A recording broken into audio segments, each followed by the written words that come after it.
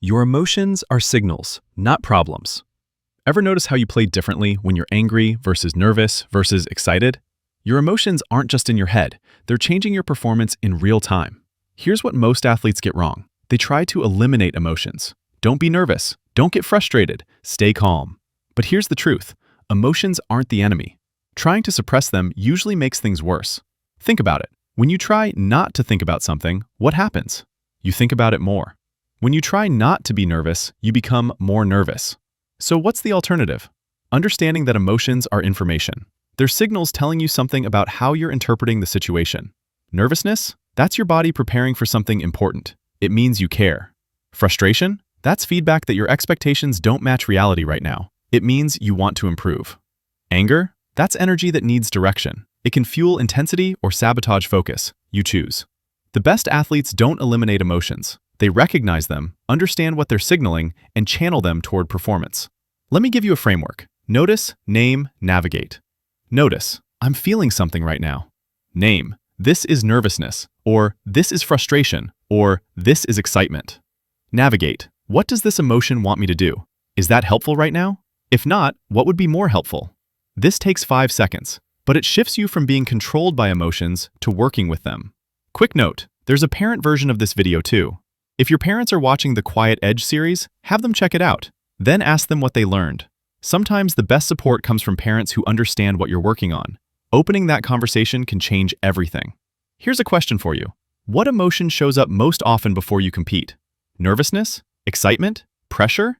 Drop a comment. I'm curious what patterns you're noticing. Now, different emotions affect your body differently. Often creates tension. Your muscles tighten. Your breathing gets shallow. You rush. Excitement creates energy. Your heart rate increases. You feel ready. You move with confidence. Here's the interesting part. Physically, nervousness and excitement are almost identical. Same heart rate increase, same adrenaline, same heightened awareness. The difference? What you tell yourself about those sensations. If you interpret them as, I'm scared, something bad might happen, you get nervousness. If you interpret them as, I'm ready, this is going to be good, you get excitement. Same body state, different mental frame, completely different performance outcome. So when you feel those pre-game butterflies, try this. Instead of, I'm so nervous, say, I'm excited. My body is getting ready to perform. It sounds simple, but research shows this reframe actually changes your physiology and improves performance. Another pattern to watch, emotional momentum during competition. One mistake leads to frustration. Frustration leads to tight play. Tight play leads to another mistake. Now you're spiraling. Or, one good play leads to confidence. Confidence leads to loose play. Loose play leads to another good play. Now you're flowing. Your job is recognizing which momentum you're in and knowing how to shift it. When you're spiraling, slow down, breathe, focus on one simple task you can control right now. Not the scoreboard, not the last mistake, just the next action. When you're flowing, don't overthink it. Stay present. Keep doing what's working. Remember from stage 1 when we talked about mistakes being data? Emotions work the same way. They're not good or bad, they're information. This week, practice the Notice, Name, Navigate framework.